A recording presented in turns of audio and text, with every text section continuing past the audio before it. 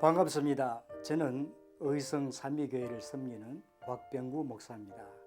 오늘 본문 말씀 마태복음 5장 38절에서 42절 말씀을 가지고 승리하는 자로 삽시다는 제목으로 말씀을 나누고자 합니다. 누구든지 내 오른편 뺨을 치거든 왼편도 돌려대라. 너는 고발하여 속옷을 가지고자 하는 자에게 겉옷까지도 가지게 하라. 누구든지 너로 억지로 오리를 가게 하거든 그 사람과 심리를 동행하라. 내게 구하는 자에게 주며 내게 꾸고자 하는 자에게 거절하지 말라. 사람은 자기 중심으로 살아가기 마련입니다.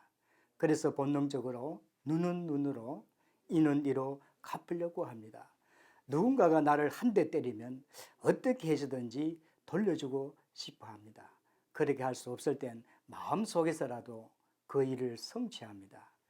이미 마음속으로는 그 일이나 그 사람에게 몇 번이나 안갚음을 합니다.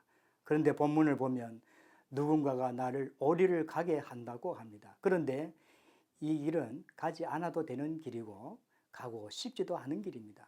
그런데 이 길을 가라고 하십니다.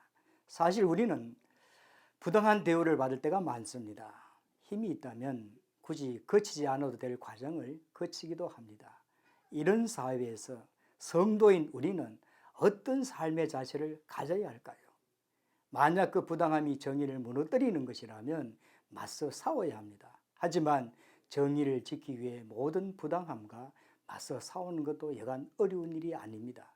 그럼 성도는 어떻게 살아야 할까요? 예수님께서 이미 우리에게 정답을 주셨습니다.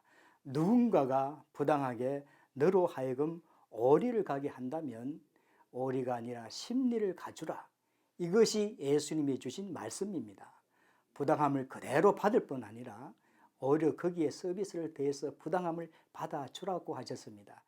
주님께서 이 어려운 일을 하라고 하신 이유는 우리가 이미 승리한 자이기 때문입니다. 우리는 우리의 믿음의 가치를 모를 때가 많습니다. 우리가 예수님을 믿는 것은 작은 일이 아닙니다. 그 이유는 두 가지가 있는데, 하나는 예수님을 믿는 것이 구원을 결정하기 때문입니다. 구원이 없으면 영원히 하나님의 저주와 진노를 받는 일이 남게 됩니다. 우린 세상 사람들이 그 가치를 잘 모르는 이 구원을 가진 자들입니다. 그러니 우리가 이 믿음을 가지고 있다는 것은 사실 하늘이 흔들릴 만큼 놀라운 일입니다. 그리고 두 번째는 이 믿음은 아무나 가질 수 있는 게 아니라는 것입니다. 이 믿음은 성령께서 말씀을 감동시켜 주시지 않으면 어느 누구도 예수를 주라고 시인할 수가 없습니다. 믿음이 이렇게 놀랍다는 것을 저는 이김으로 표현해 봅니다. 요한일서 5장 4절에 보면 무릇 하나님께로부터 난 자마다 세상을 이기느니라. 세상을 이기는 승리는 이것이니 우리의 믿음이니라고 합니다. 우리가 비록 세상에서 부당한 대우를 받고 속상한 마음을 가눌 길이 없을 때가 있지만 우리가 기억해야 할 것은 그 속상함이 아니라 바로 예수 그리스도 안에서 이미 이겼다는 것입니다.